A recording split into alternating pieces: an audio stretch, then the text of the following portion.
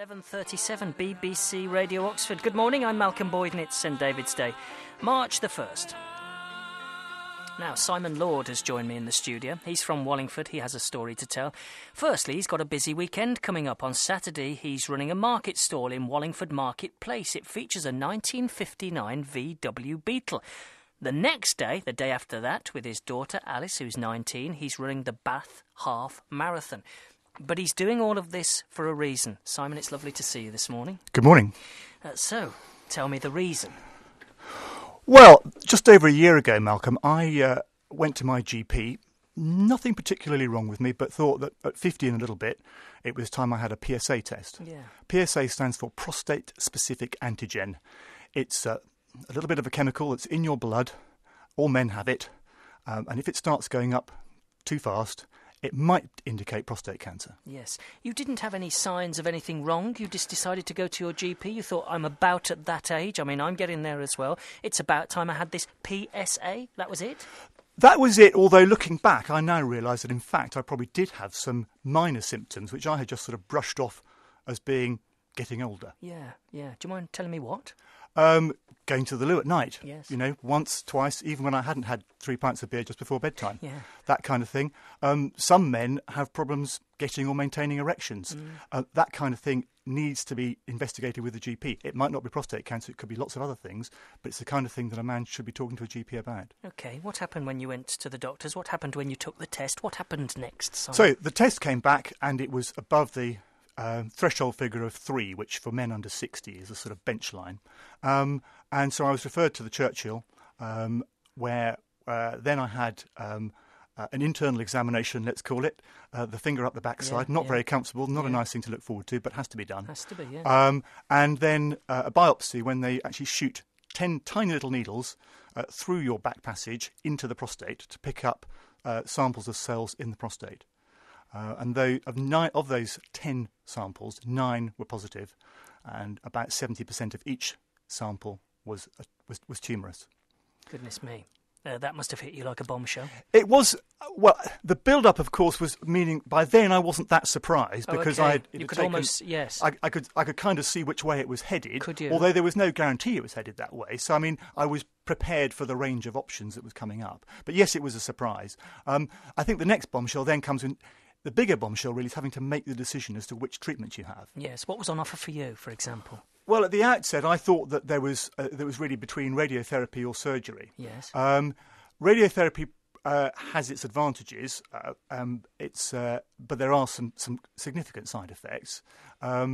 Surgery also has its advantages because it gets rid of the whole thing, but also has side effects. So it's quite difficult for a man to have to make that decision. I think a lot of men do find that a struggle. Yes. What are they telling you, the doctors, at the moment, before you've had any treatment? What are they telling you about your cancer? Are they telling you will survive your cancer? Are they telling you what are they saying?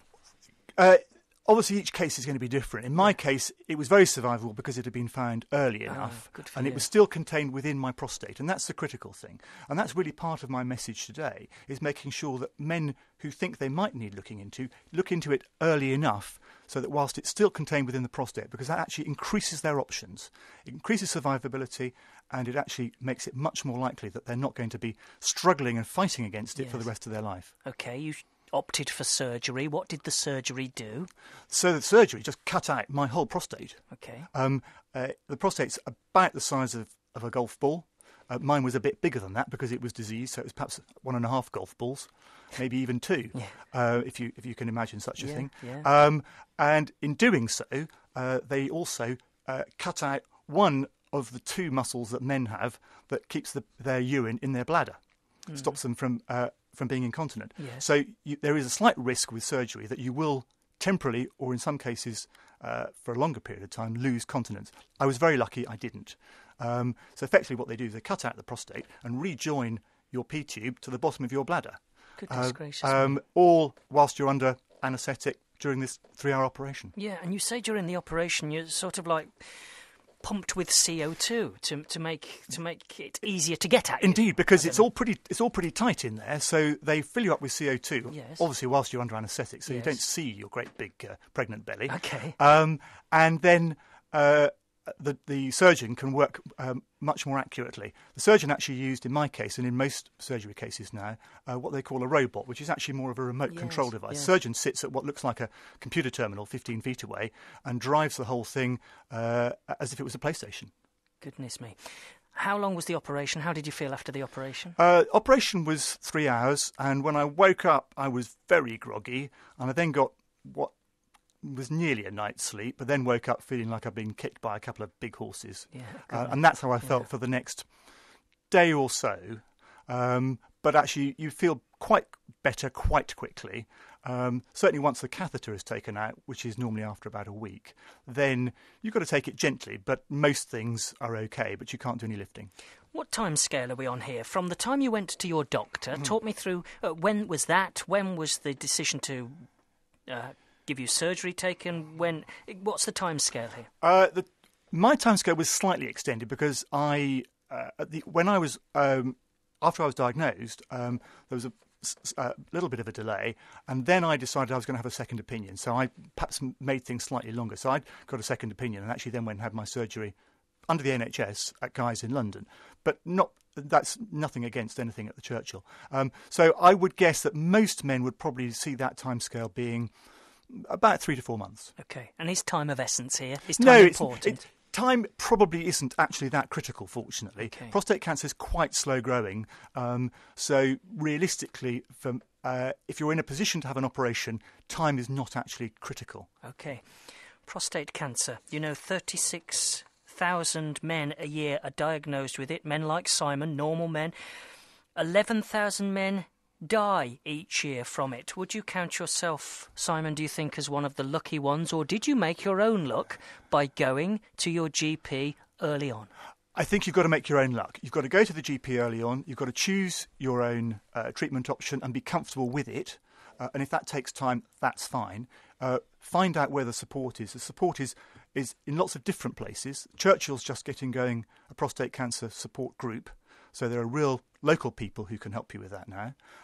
There's a lot of support online. The Prostate Cancer Charity, prostate-cancer.org.uk, has a very effective anonymous internet forum where you can seek advice from people who've already been through it and understand how treatment might affect you. Does embarrassment play a part here, do you think? I think people are shy of it. Men are notoriously shy about medicine and medical intervention, full stop. Yeah, they are. And once you start talking about your boy bits, they're triply shy. Yes. It's not pretty.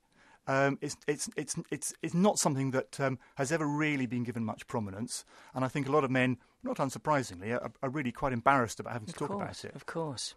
How are you now, Simon? Well, I'm well enough to run a half marathon next Sunday. I started running again after 4 weeks. I cheated slightly because I was quite fit beforehand. I ran a half marathon a month before my operation too. So did that make it better for you, the fact that you were a very fit man going into this? Undoubtedly. Yeah. The fitter you are before you have surgery, the faster you're going to recover and the fewer difficulties you're going to have. And there is some evidence to suggest that men who are significantly overweight with prostate cancer actually have slightly more aggressive prostate cancers than fitter, healthier men. With the same degree of prostate cancer. Okay. Now you're using your experience to make others aware, aren't you? This is very important. It's Prostate Cancer Awareness Week, and that's bringing us back to the 1959 VW Beetle in Wallingford Marketplace. Indeed. So a friend of mine whose father is also recovering from prostate cancer and I are getting together to just hand out leaflets, talk to people who might not be aware of what the symptoms are, talk to people who might not be aware of the range of treatments that there are, remind them to go and get treated. It's not just a question, of course, of talking to the men. Yes. It's also a question of talking to the people that are in those men's lives, because quite a lot of men won't go until their wife, sister, girlfriend drags them, pushes them, makes sure that they get along there. Those are the people who are just as likely to know what the issues are, their health issues are, that they can spot and encourage them to go and get the support early rather than leave it later, and as a result probably have a much harder time of it. Whose is the 1959 VW Beetle? Belongs to my friend Gemma, who's half my age and a lot prettier than me. Thank you, Gemma, for lending him the car. So if you see the VW Beetle from 1959 in Wallingford Marketplace on Saturday, you'll know exactly what it is and exactly what Simon is trying to do. And then it's the day after in Bath? The day after in Bath, 9:30. Half marathon? half marathon, only 13.1 miles. So only? Yeah, After what you've been through? Not a problem at all. I'm completely recovered. I honestly wouldn't know I'd had the operation. And there's no chance of this coming back, of course.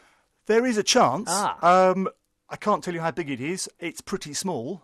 So for the next year, I will have a blood test every quarter, every 3 months, to make sure that there's nothing escaped before the surgery took place that's likely to cause me a problem later. But I would say it's a good chance that I'm fully recovered. So I'm 47 then, coming up to 50. What should I do? Should I go and be checked out, even though I don't have any symptoms really that I know of?